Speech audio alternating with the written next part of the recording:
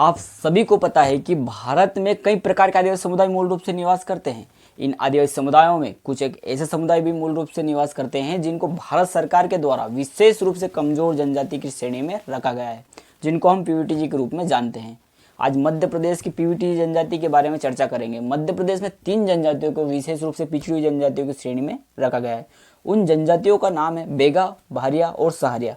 आज हम बेगा जनजाति के बारे में समझने का प्रयास करते हैं। साथियों नमस्ते, जोहार। मैं प्रशांत मुजालदा स्वागत करता हूं आपके अपने यूट्यूब चैनल अबाउट ट्राइबल्स में। अबाउट ट्राइबल्स में हम बात करते हैं साथियों भारत के आदिवासियों की या फिर आदिवासियों की।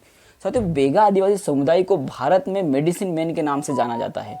बेगा समुदाय के लोगों को अन्य आदिवासी समुदाय के द्वारा ओझा या पंडा भी कहा जाता है, क्योंकि इस समुदाय के लोगों को औषधियों एवं जड़ी बूटियों का अच्छा ज्ञान होता है।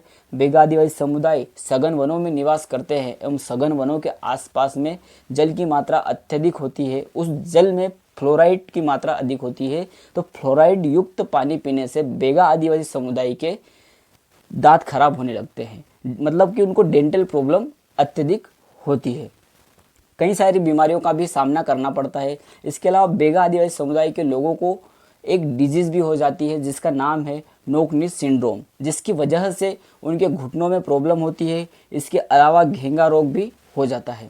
यह सारी समस्याएं इस जनजाति को अत्यधिक होती है। मध्य प्रदेश में बेगा आदिवासी समुदाय की अगर बात करें तो सीधी, डिंडोरी, मंडला, बालाघाट आदि जगहों पर विशेष रूप से निवास करती है। मंडला में बेगा समुदाय जहाँ रहता है उस स्थान को बेगा चक या बेगा यक के नाम से जाना जाता है। उनके घरों को पुरवा कहा जाता है। आभूषणों की अगर बात करें तो बेगा समुदाय ज़्यादा आभूषण नहीं पहनते हैं। जो भी आभूषण होते हैं वह स्वयं के द्वारा निर्मित होते हैं, अपने हाथों से बनाए हुए होते हैं।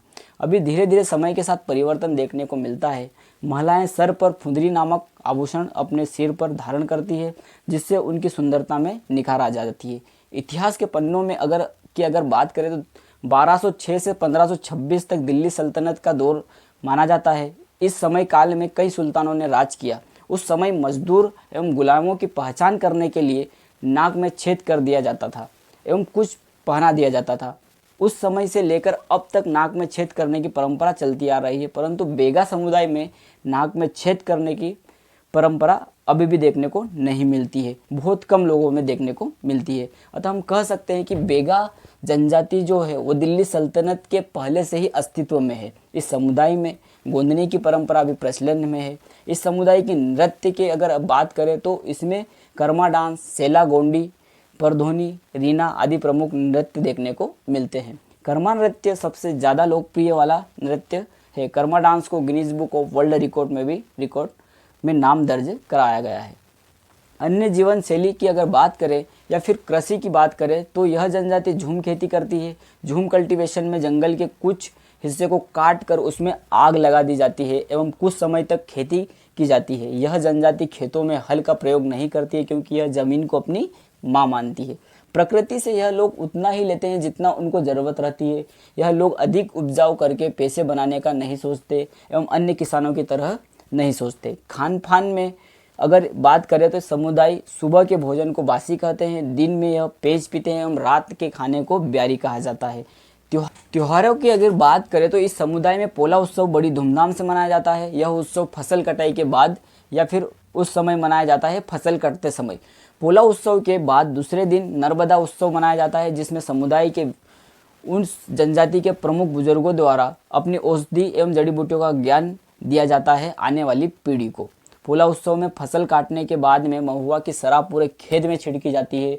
मुकद्दम या समुदाय प्रमुख की निगरानी में ये काम किया जाता है। विवाह की बात करें तो बेगा समुदाय में मंगनी विवाह, चढ़ विवाह, वधु मूल्य आदि।